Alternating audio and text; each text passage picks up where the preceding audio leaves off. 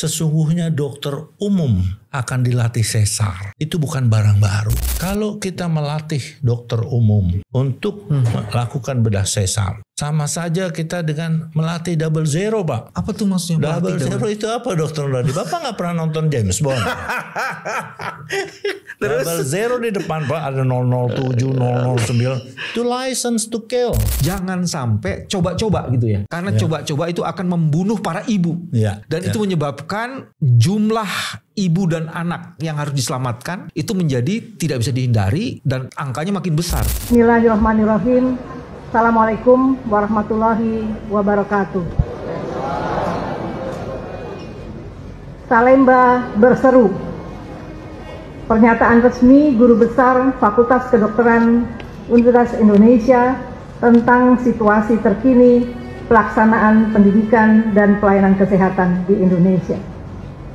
Kami, para guru besar Fakultas Kedokteran Universitas Indonesia, menyampaikan keprihatinan mendalam atas kebijakan kesehatan dan pendidikan kedokteran dari Kementerian Kesehatan yang berpotensi menurunkan mutu pendidikan dokter dan dokter spesialis sehingga akan berdampak langsung pada kualitas pelayanan kesehatan masyarakat. Kini kami prihatin karena kebijakan kesehatan nasional saat ini menjauh dari semangat kolaboratif tersebut. Alih-alih memperkuat mutu layanan dan pendidikan, kebijakan yang muncul justru berisiko menurunkan kualitas pendidikan dokter dan dokter spesialis yang pada akhirnya akan menurunkan mutu pelayanan kesehatan untuk masyarakat.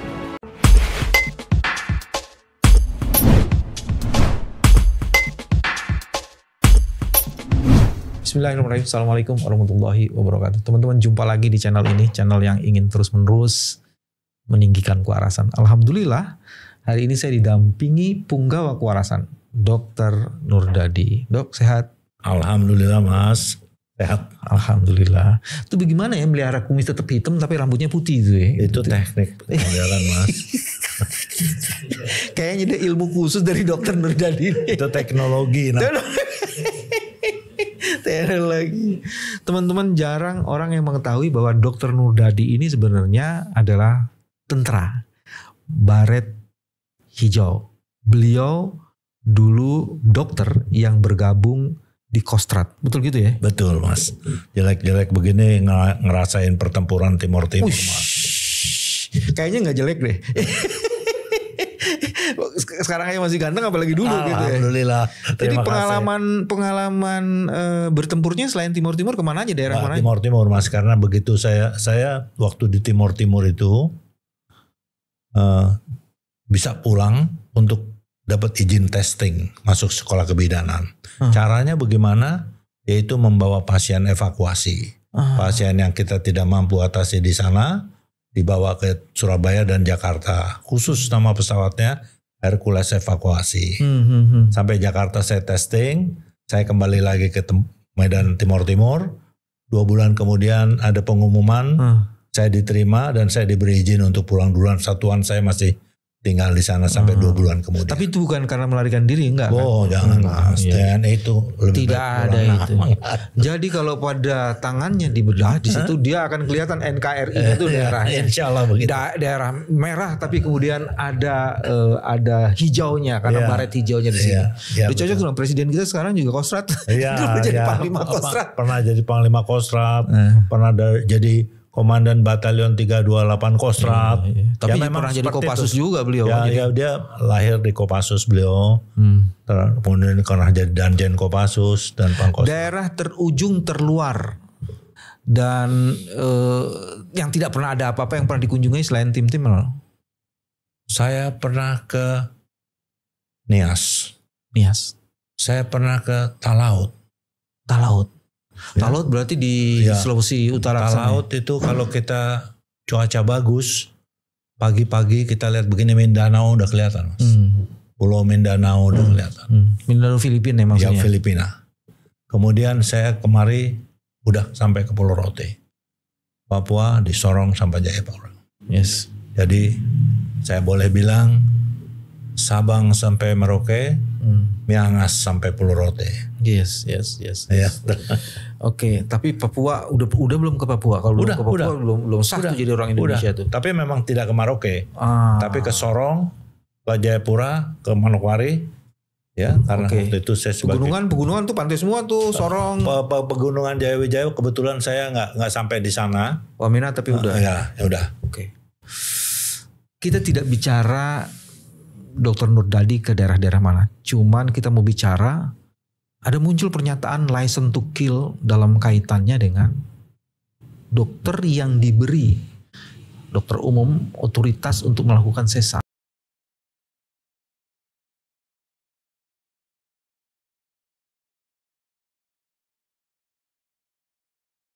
Bisa membahayakan. Tapi sejauh mana itu bermasalah, kita mesti tanya. Gimana sih itu dok? Kalau orang dokter umum diberi otoritas untuk melakukan sesar, license to kill. Baik, terima kasih Mas Bambang. Jadi begini, sesungguhnya dokter umum akan dilatih sesar. Itu bukan barang baru. Tahun 2011, 2012, seorang Menteri Kesehatan almarhumah Dr. Endang, itu pernah pemikiran seperti itu. Ketika beliau selesai mengunjungi Maluku, dia katakan pulang harusnya memang karena sulitnya medan, maka sebaiknya dokter-dokter umum yang udah ada di sana dilatih bedah sesar. Pulang tentu stafnya mengiyakan dan membuat konsep. Terus Kolegium POGI pada saat itu menyetujui konsep itu. POGI adalah Perkumpulan Obstetri dan Ginekologi Indonesia, kolegiumnya menyetujui. Saya selaku ketua Perkumpulan Obstetri dan Ginekologi Indonesia, saya tidak menyetujui. Kita di dalam sebuah rapat kerja kita adu argumentasi. Hal ini didengar oleh Kementerian Kesehatan. Kemudian saya dipanggil, ditanya oleh Sekjen Kementerian Kesehatan, Dr. Nurdadi, betul ini POGI nggak setuju. Lantas bagaimana dong? Kita keluarnya. Ya. Pak, sesungguhnya saya dengan lemah lembut ngomong, POGI bukan tidak setuju Pak, tapi POGI against Pak. Kok against sih gimana maksudnya? Terus gimana? Nggak setuju tapi against. Kalau nggak setuju kan pasif, against ini aktif. Ya saya perangi itu saya bilang. Kenapa Pak? Saya punya waktu itu tahun 2012 3.500 dokter spesialis obstetri dan ginekologi. 2.000 ada di Pulau Jawa. 1.000 ada di Pulau Sumatera, di kota-kota besar semuanya. 500 tersebar. Itu yang harusnya kita manfaatkan untuk memeratakan. Bapak tahu, saya bilang, kalau kita melatih dokter umum untuk melakukan bedah sesar, sama saja kita dengan melatih double zero, Pak. Apa tuh maksudnya? Double zero itu apa dokter Nurdadi? Bapak nggak pernah nonton James Bond. Double zero di depan Pak ada 007, 009. Itu license to kill. Artinya kalau dia membunuh nggak diproses secara hukum. Dia mendapat license untuk membunuh. Kenapa? Bedah sesar itu Pak. Saya selaku siswa sekolah spesialis itu baru bisa melakukan setelah saya sekolah 2 tahun. Dan itu pun didampingi oleh guru dan senior. Ya, bagaimana seorang dokter umum 3 bulan dilatih bedah sesar dan dia sendiri di tengah tempat-tempat terpencil itu. Bagaimana? Kalau terjadi komplikasi, ya bedah sesar itu bisa terjadi komplikasi perdarahan. Rahim setelah dikeluarkan hari-hari nggak mau balik. Namanya atoni. Perdarahannya seperti ledeng. Betul-betul seperti ledeng. Muncrat terus, moncor terus. Bukan main dah. Ya. Terus bagaimana kalau waktu kita melakukan bedah membuka dinding perut itu kita mencederai kandung kencing. Kalau nggak ditutup benar kandung kencing yang cedera tadi Pak. Dalam tempo 24 jam namanya sepsis, panas pasiennya dan meninggal. Bagaimana kalau mencederai usus? Kalau usus bocor, nggak sampai 24 jam meninggal pasiennya. Kalau nggak ditutup. Nah itulah yang saya katakan license to kill. Terus bagaimana dong Dr. Nurdadi cara keluarnya? Saya bilang kami, Boge, memiliki konsep. Namanya wajib kerja dokter spesialis. Saya ceritakanlah konsep itu. Pada pergantian menteri tahun 2014, Profesor Nila panggil saya. Nurdadi, saya dengar kamu punya konsep itu. Nila Muluk ya? Ya, silakan paparan. Beliau undang 5 spesialis termasuk kebidanan tadi, bedah, penyakit dalam, anak, anestesi, dan saya paparan.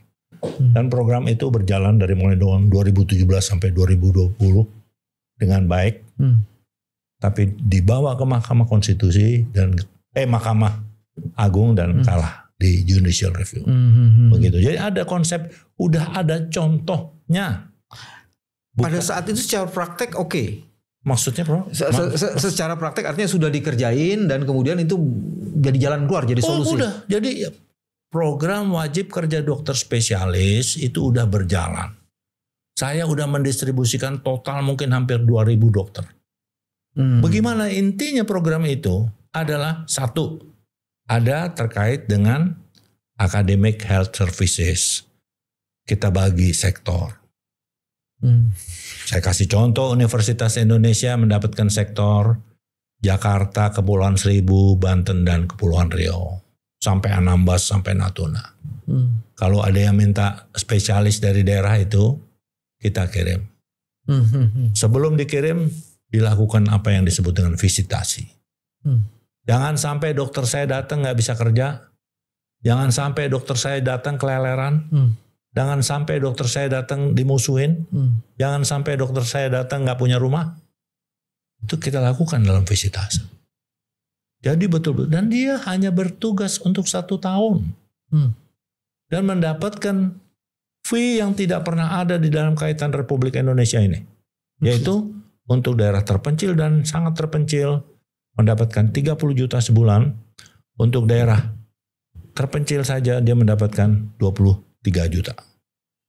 Belum dia mendapatkan lagi insentif daerah.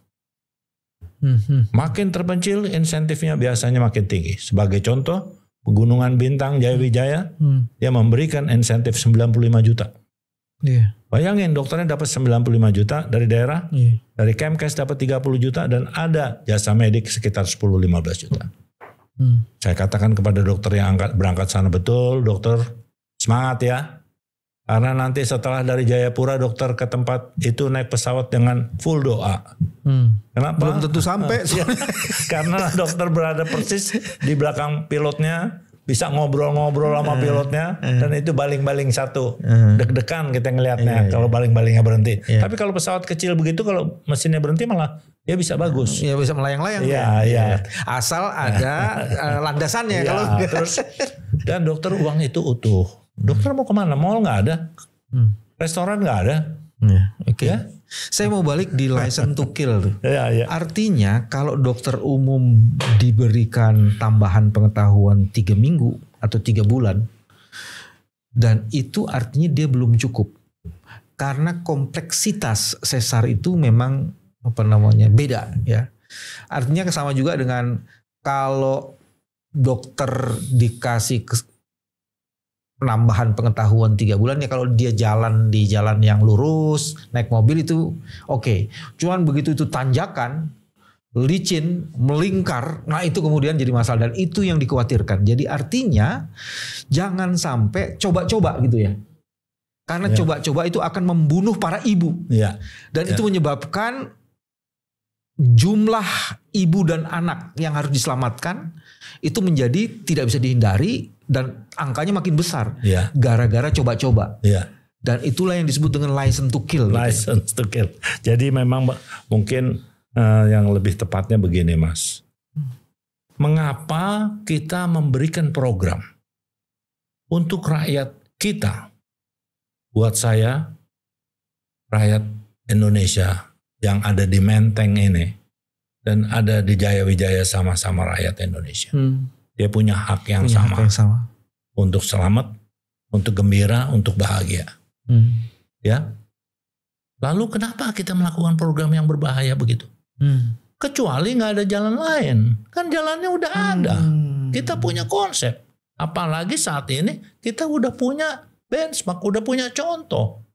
Kenapa tidak dipilih hal yang itu? Benchmarknya yang mana itu maksudnya? Ya itu maksudnya dulu kita udah pernah menjalankan program yang pergi 1 tahun dokter untuk tahun berikutnya adiknya lulus berangkat, tahun berikutnya adiknya lulus berangkat. Begitu. Jadi itu Mas. Jadi jangan dong kita pilih program yang race, ya. Kasihan juga dokter umumnya. Kan dibilang hanya kalau keadaan emergency menyelamatkan nyawa. Kalau itu Mas, seorang dokter dia di suatu tempat menemui hal emergencies yang nggak ada orang lain, apa aja dia boleh. Taruh kata ada yang luka tusuk menembus perut yang harus dibuka, boleh. Ya life saving.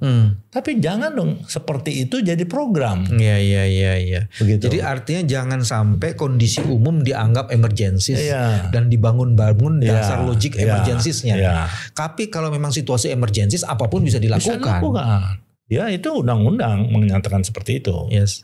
Dan itu bahayanya kalau ada kebijakan dari seorang menteri tanpa kajian yang cukup dan membuat pernyataan yang sebenarnya dia sedang memberikan license to kill. Betul. Yang pada akhirnya korbannya adalah ibu dan anak-anak seluruh Indonesia. Ya. Jadi seperti itulah. Ya, saya harusnya sedikit menceritakan. Lalu apa dokter umum itu yang akan kita lakukan? Sesungguhnya kita akan melatih dia agar dia mampu melakukan deteksi dini obstetric emergencies namanya. Kegawat daruratan obstetrik kebidanan. Apa itu? Bahasa kita namanya ANC, antenatal care. Ada panduannya. Seorang ibu hamil minimal 5 kali dilakukan pemeriksaan. Minimal 2 kali dilakukan pemeriksaan ultrasonografi. Itu yang kita latih kepada dokter umum. Ya, jadi dia tahu waktu dia hamil, oh ini letak lintang. Nggak mungkin bisa lahir. Jangan dirujuk lagi udah mules dan ombak lagi segede-gede rumah dong. Oh ini ada ari-ari di bawah. Placenta prevensinya lebih jauh dan itu yang diajarkan. Kalau itu dilakukan dengan benar, 80% obstetric emergencies itu terdetek. Ya. Jadi begitu dong kalau membuat program. Apa, berbuat apa, bagaimana, kapan. Yes. Ini namanya kesehatan berbasis kewarasan. Lain kan. Terima kasih. Nah, sekarang saya mau naikin dikit levelnya. Belum lama ini muncul suara Salemba, suara Bulak Sumur, dan suara berbagai fakultas kedokteran di hampir seluruh Indonesia. Ada keprihatinan di situ. 158 guru besar UI membuat pernyataan. Bismillahirrahmanirrahim. Assalamualaikum warahmatullahi wabarakatuh. Salemba berseru.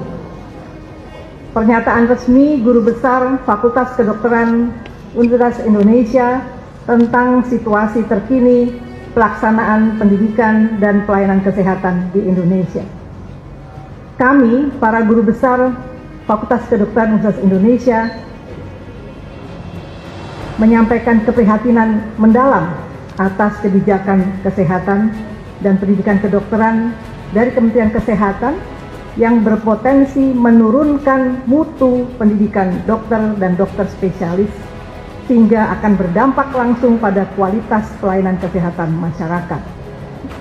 Kini kami prihatin karena kebijakan kesehatan nasional saat ini menjauh dari semangat kolaboratif tersebut.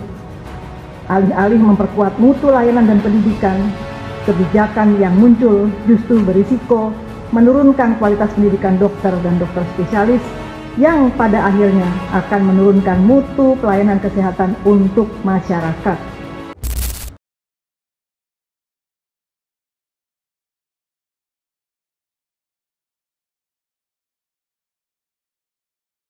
Itu ada situasi tidak harmonis dan komunikasi yang tidak bisa dilakukan secara efektif dan efisien antara Kementerian Kesehatan, Pendidikan, dan Kolegium.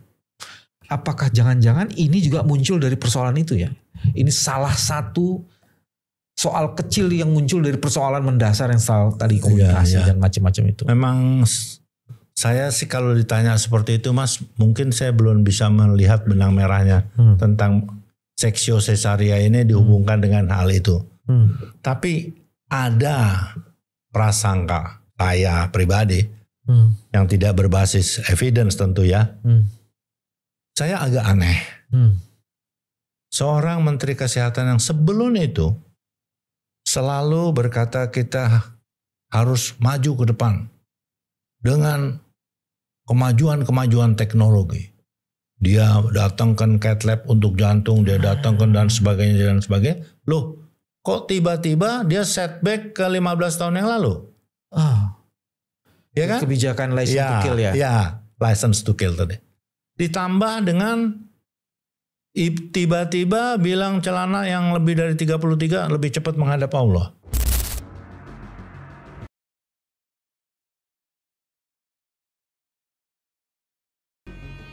Ingin doain siapa dia? Ya, saya nggak tahu nih. Saya lebih dari 33, tapi Pak Presiden juga lebih dari 33 loh.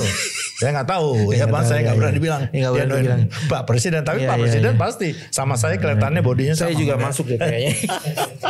Terus tiba-tiba bilang yang penghasilannya 5 juta pasti lebih bodoh dari yang penghasilannya 15 juta.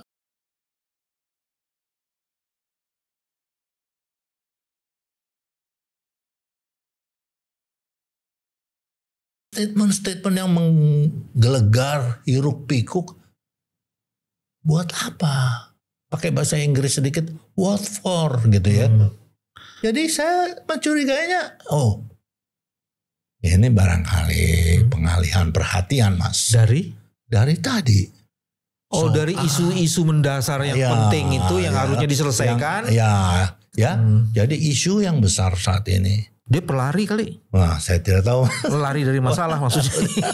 Jadi bahwa keprihatinan guru-guru besar Fakultas Kedokteran Indonesia itu sudah begitu membahana.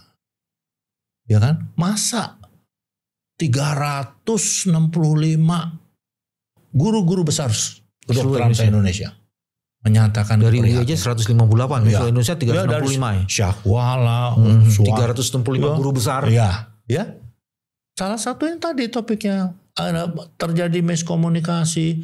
Kok proses pendidikan yang udah berjalan puluhan tahun, kolegium udah 40 tahun, hampir 50 tahun, udah menghasilkan hampir 40 ribu lebih dokter spesialis. Kok tiba-tiba direnggut? Ya kan? Komunikasi tidak dibuka, maunya begini ya begini. Ya tentu ini semua bukan main-main saya kira Mas Bambang, Mas BW. Kalau sampai sekian banyak guru besar itu bisa. Saya rasa Mas BW tahu guru besar itu biasanya sosok-sosok yang memang patut kita jadikan suri toladan, yang betul-betul mendedikasikan hidupnya itu untuk murid-muridnya, untuk keilmuan, untuk penelitian. Kok sekarang dituduh itu gara-gara golongan-golongan yang udah settle yang gak mau kehilangan lapak. Masya Allah. Sedih sekali. Jadi mungkin ya Mas Bambang, Mas BW itu statement itu kok saya mencurigainya itu sebuah statement yang bertujuan untuk mengalihkan perhatian saja. Oke. 358 guru besar yang terkoyak nuraninya dan membuat pernyataan itu pasti sesuatu dan dia berangkat dari kewarasannya. Pernah punya pengalaman gak?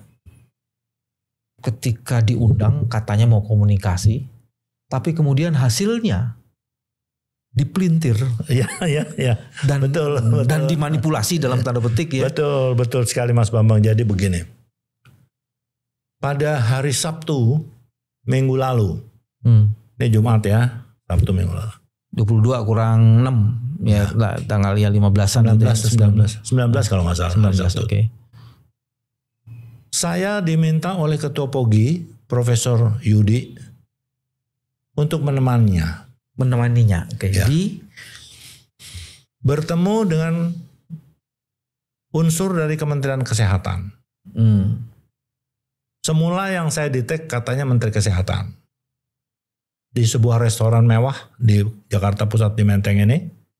Saya datang bertiga, Profesor Yudi sebagai Ketua PP, Profesor Budi Is sebagai anggota kolegium POGI, bukan kolegiumnya Kemkes, dan saya yang dianggap oleh Profesor Yudi, dikenal oleh Profesor Yudi sebagai pelaku sejarah.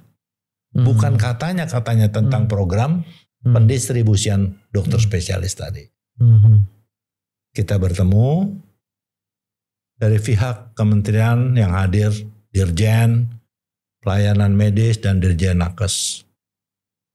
Ya, menyampaikan bahwa keinginan Menteri Kesehatan itu untuk itu bisa dilakukan pelatihan tentu dengan sangat seksama, kita pilih daerahnya dan benar-benar udah punya kompetensi untuk itu karena Menteri sangat mengkhawatirkan rakyat-rakyat di daerah terpencil. Ini soal isu sesar itu tadi ya? Iya. Oke, terus? Sesar itu, ini masih yang sesar dokter umur ya, license to kill nih masih ya. Terus kan tadi Mas Bambang tanya di pelintir. Ya. Terus kita ketemu. Profesor Yudi menyampaikan bahwa POGI intinya tidak setuju dengan dokter umum dilatih tidak sesar. Dia mendorong distribusi dokter spesialis dan bila diperlukan dikirim dokter residen tingkat terakhir atau disebut dengan residen mandiri untuk berangkat. Nah, saya saklek hanya menceritakan kalau saya cenderung untuk tetap mengirim spesialis. Kenapa? Saat ini kita punya 5.600 spesialis. Dulu saya 3.500 saja bisa. Itu. Udah pertemuan, foto-foto, wah fotonya beredar. Teman-teman saya bilang udah damai nih ya. Udah damai nih. Makannya enak lagi. Makannya enak lagi. Senyum-senyum, Masya Allah saya bilang. Ya. Terus keluar 2 statement. Yang POGI keluar, ya di sana, yang satu dari sana keluar. Ini POGI yang seperti saya katakan di sini ya senior, guru besar, POGI ya intinya menyarankan begini. Tapi alhamdulillah bisa dipahami oleh guru besar dan senior POGI tentang keinginan Menteri Kesehatan. Padahal kita nggak pernah bilang. Kalau di statementnya POGI isinya apa? Isinya tadi bahwa POGI cenderung untuk mendorong pendistribusian dokter spesialis minimum dokter residen senior. Iya. Di situ ada tambahannya senior dan guru. Alhamdulillah senior dan guru besar POGI sudah bisa memahami keinginan Menkes. Teman-teman jadi bisa dibayangkan. Dalam sebuah pertemuan muncul 2 pernyataan dari Kementerian Kesehatan. Intinya adalah bahwa mereka berhasil ketemu dan berhasil meyakinkan kebijakan license to kill atau dokter yang diberikan tambahan 3 bulan kemudian melakukan sesar itu sudah dimaklumi. Padahal teman-teman POGI tetap bersikeras bahwa itu tidak bisa dilakukan. Ini yang disebut dengan manipulasi dan distrust atau disorientasi itu. Tapi yang jauh lebih menarik lagi adalah, Prof, saya mau lihat sekarang ini kan ada 2 nih fenomena yang menarik nih. Ada permintaan, apa istilahnya itu dok? Permintaan dari masyarakat yang meminta, ini dari masyarakat, instansi kesehatan menyerukan kepada Presiden Republik Indonesia untuk segera mengevaluasi dan mengganti Menteri Kesehatan. Petisi itu muncul. Petisi ini muncul, terus kemudian juga suara guru besar dan berbagai profesi kedokteran itu juga muncul.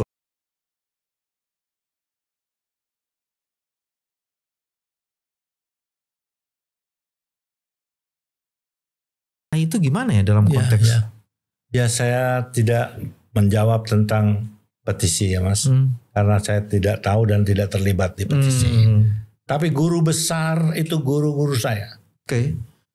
Yang saya tahu persis keraknya istilahnya, saya tahu persis kualitasnya. Sampai sebegitunya.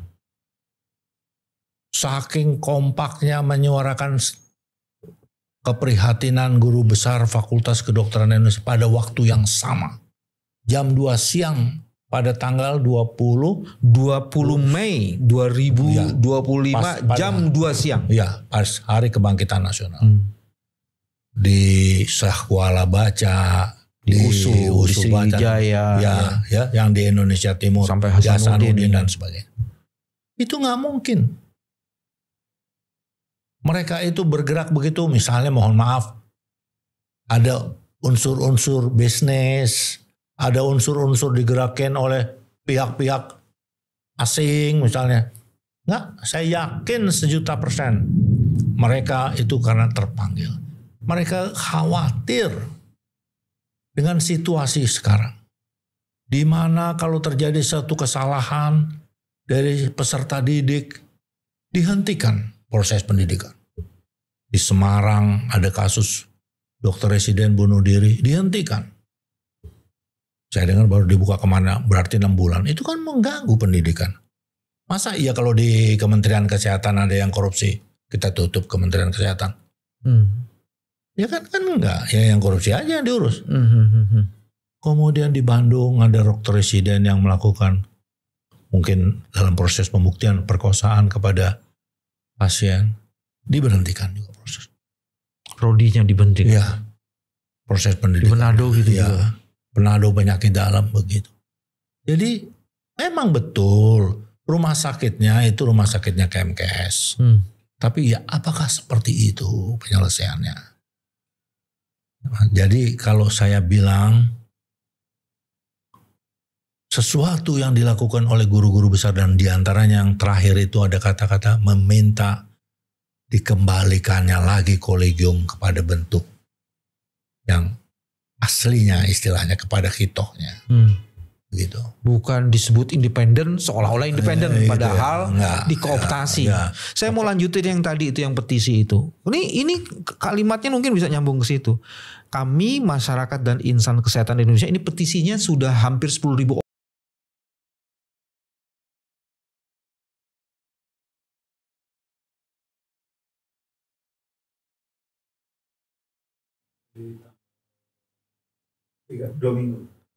2 minggu sudah mulai 10.000. Dia bilang isinya begini nih di bagian pembukanya. Kami masyarakat dan insan kesehatan Indonesia menyerukan kepada Presiden Republik Indonesia untuk segera mengevaluasi dan mengganti Menteri Kesehatan Budi Gunadi Sadikin. Selama masa jabatannya Menkes telah mengeluarkan berbagai kebijakan dan pernyataan yang tidak berpihak pada rakyat, tidak berdasar pada data ilmiah dan mencederai nilai-nilai profesionalitas kesehatan. Kalau yang tadi saya sebut kira-kira masuk di sini nih ya? Masuk. Jadi misalnya tadi ya kebijakan mengakuisisi kolegium yang sejatinya dengan dalih saya heran. Saya justru meningkatkan marwah kolegium yang dari sebuah badan di bawah organisasi profesi sekarang menjadi badan yang berada di undang-undang yang merupakan badan yang milik orang bertanggung jawab kepada konsil. Ini udah salah semua. Pernyataan itu salah, kebijakan itu salah. Salahnya di mana? Undang-undangnya nggak begitu bunyinya. Undang-undangnya clear. Undang-undang nomor 17 tahun 2023 Undang-Undang Kesehatan bilang untuk kelompok-kelompok ahli akan membentuk kolegium sesuai keilmuannya. Jadi kolegium dibentuk oleh kelompok ahli. Sesuai keilmuannya. Ya, sesuai keilmuannya. Bukan oleh kekuasaan. Ya, kemudian di bawahnya lagi kolegium merupakan kelengkapan konsil bersifat independen. Kelengkapan, bukan di bawah. Kelengkapan konsil dan bersifat independen. Ya, itu yang sekarang juga. Sama dia di bawah. Ya, sekarang oke. Dia sebutnya di bawah. Ini masih saya omong undang-undang, Mas. Di bawahnya lagi disebut kolegium beranggotakan kelompok ahli dan guru-guru besar. Udah biasa undang-undang akan dijelaskan dalam peraturan pemerintah. Peraturan pemerintahnya, Mas. Pasal yang atas dari 703 sampai 706 itu relevan. Diantaranya dalam melakukan uji kompetensi harus bekerja sama dengan institusi pendidikan. Tapi begitu pasal 707, kebijakan yang dilakukan oleh kolegium harus selaras dengan kebijakan pemerintah. 708, bila dianggap tidak selaras, menteri bisa melakukan tindakan intervensi. Mengambil alih. Ya. 709 menteri membentuk, dan yang 710 menteri membentuk kolegium kesehatan Indonesia. Itu sebabnya kelompok saya, Mas, membawa ini kepada PT UN. Oke. Ya, jadi itulah sebab musabab dari para guru-guru saya yang galau. Dan ujung-ujungnya yang mereka khawatirkan bukan nanti kerjaan saya hilang. Bukan, Mas. Nanti terus saya nganggur-nganggur dong. Enggak. Itu akan berdampak kepada proses pendidikan. Quality daripada seorang dokter spesialis yang harus mengedepankan patient safety dan quality services itu diragukan. Yang ujungnya merugikan masyarakat. Gitu. Yes. Itu yang dikhawatirkan oleh para guru-guru besar. Teman-teman, kebijakan Menteri Kesehatan yang ingin memberikan justifikasi license to kill karena memberikan otoritas pada dokter untuk melakukan sesar melalui pelatihan dalam beberapa bulan, itu sungguh sangat merugikan masyarakat. Ini tidak boleh menjadi kebijakan yang coba-coba, karena betul-betul akan menyebabkan meninggalnya jumlah ibu meninggal dan anak meninggal akibat tindakan yang tidak dilakukan oleh kalangan profesional. Itu menjadi fakta kalau tidak dihentikan. Inilah cara kami menjaga kewarasan. Jangan biarkan kebijakan license to kill betul-betul dilakukan. Selamat datang kewarasan. Ini untuk menjaga kesehatan dan meninggikan kesehatan. Terima kasih, sampai ketemu lagi. Dr. Nurdadi. Assalamualaikum warahmatullahi wabarakatuh. warahmatullahi wabarakatuh.